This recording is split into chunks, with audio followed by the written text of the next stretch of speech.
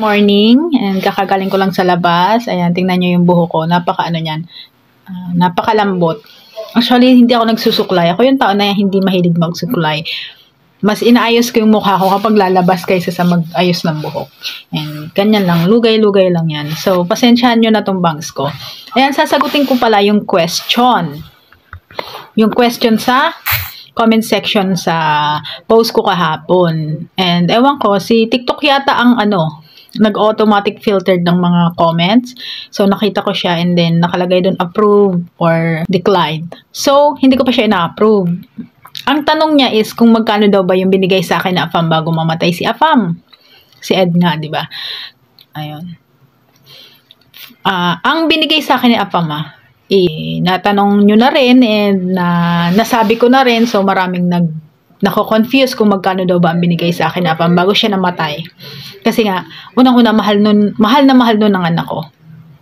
Si Afam, kasi 2 a.m. sa amin dati. Saka siya tumatawag. Sa Pilipinas kasi umaga yun. Then, most of the time, ang kausap niya ang anak ko and family ko. Yun yung isa sa nagustuhan ko sa kanya. Kasi, mas marami yung oras niya sa anak ko eh. Gano'n naman tayo pag mga single mom, di ba? Mas gusto natin yung mahal ang anak natin. And ayun, minsan, dati, inaaway ko siya kasi on another call siya. Tapos mag-screenshot siya na anak ko ang kausap niya, minsan 1 hour na yung yung usapan nila. Wala lang sabi ng anak ko, inaano lang. Tapos ng nanay ko tinutour daw sila sa bahay, sa garage, yung mga sa farm ni Afam, ni Ed. Ayun. Total natanong nyo naman na. And ito pa nung birthday ng anak ko, pag birthday ng anak ko, hindi niya nakakalimutan. Siya yung unang magpapadala kaysa sa akin. So, minsan, hindi na ako nagpapadala sa anak ko. And sinasabi ko naman sa kanya, actually, alam niya kung anong nagustuhan niya sa akin. Kasi hindi ako humihingi sa kanya. Never ako humingi. Siya talagang nag-e-effort na magbigay. Ako yung kapatid ko, yun yung kausap niya, si Nover, sunod sa akin. Yun yung lagi niyang kausap. So, hinihingi niya yung account, kung anong buong pangalan ni Nover, saan ipapadala yung pera. Ayun. Doon niya sinisend. Tapos, pinapagalitan ko nga siya. Kasi sabi ko, may trabaho naman ako, bakit ka magbibigay ng pera sa amin, di ba? Sabi niya, lang daw, gusto niya. So, wag ko daw siyang pigilan.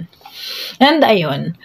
So, mga nagtatanong kung magkano ang sinend niyang pera sa bank account ko sa BDO bago ako umuwi ng Pilipinas nung namatay siya $50,000 US.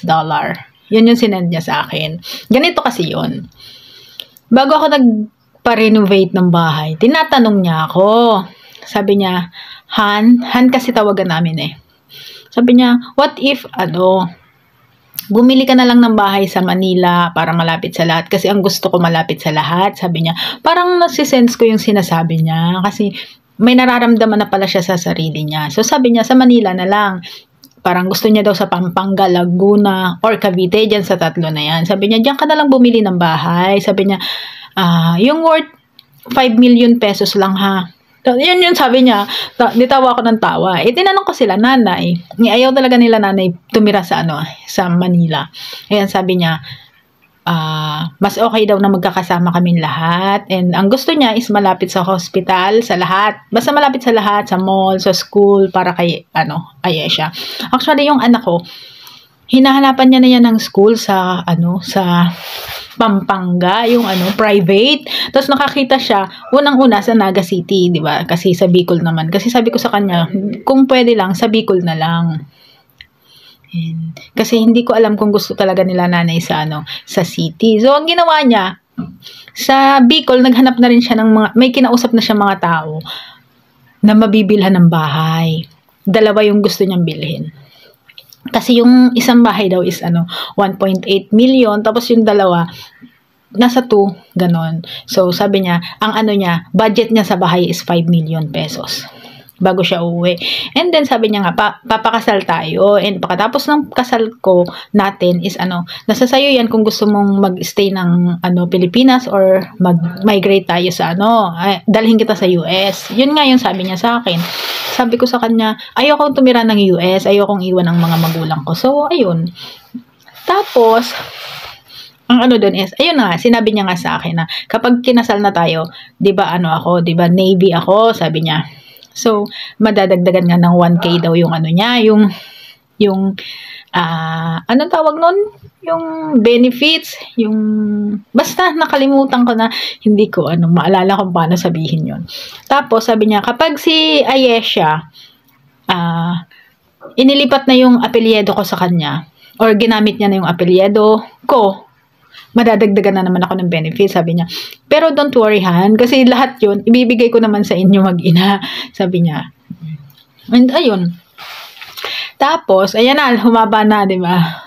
Ang nangyari is, di ba, nagkasakit nga siya ng biglaan. So, hindi na, after malaman na may sakit siya, hindi na humaba buhay niya. 5 months na lang ang After 3 months ko na siya na-contact nun. Kasi yun pala, nasa ICU siya. The whole, month after nang sinabi niyang magpapacheck up siya, hindi na pala siya lumabas noon. And yung family niya is hindi rin nagsasabi sa akin. Ang sabi lang, okay lang si Ed, ayaw lang daw ako makausap. Yun na yun. Kahit nakikiusap ako sa mama niya, tapos sa mga pamangkin niya, hindi sila nagsasabi. Hanggang one day, yun na nga, nagsenda sila ng picture na nasa ICU gamit ang Facebook account niya. And isa sa binilin niya is kaming mag-ina. And, ayun, sa mga nagtatanong kung magkano ang nilagay niya sa bank account ko, it's $50,000 US. Ayan, $50,000 US. And, ang nag-send doon is yung yung pamangkin niya na.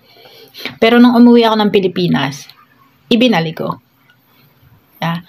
Totoo yan, ibinalik ko. And, ayun, ayaw naman sanang tanggapin ng mami niya, ng family niya. Kaso, sabi ko, hindi naman akin yan. And besides, hindi naman kami nagkatuluyan ni Ed. Ang sabi daw na sa kanila ni Ed, para daw sa kinabukasan namin mag-ina. And ayan, naiyak tuloy ako Ayun, $50,000 US, equivalent ng 2 point something million, di ba? Ayun. Tapos dati nga sabi niya nga, actually, tumawag na yun sa boss ko na bibilhin niya ako. I mean, ang ibig sabihin kasi nun is hindi kasi ako pwedeng umuwi that time kasi hindi pa katapos ang kontrata ko. So, yung boss ko nagpapabayad kung magkano daw yung kung magkano daw ang nagastos nila sa Pilipinas, ibalik daw ni Ed. Sabi ni Ed sa kanila, okay. Sabi niya, dagdagan ko pa. Basta, palayain nyo na si May. Pauwiin nyo na. Ang ibig sabihin ng palayain is, pauwiin na ako sa Pilipinas kasi nga, uwi na rin siya. Ayun. Actually, lahat ng na nakarelasyon ko, dalawa lang naman sila na seryoso sa akin. And yung isa, hanggang ngayon, we're good friends. We're good friends. Ayan nga, di ba mayroong fire sa sa California. So, minsan, ay nagtanong ako kung kumusta siya, okay naman daw, and medyo malayo naman daw yung fire. Kasi sa sila, sa Corona, California. So, medyo may kalayuan, sabi niya. Pero yung anak niya kasi nandun sa sa San Diego.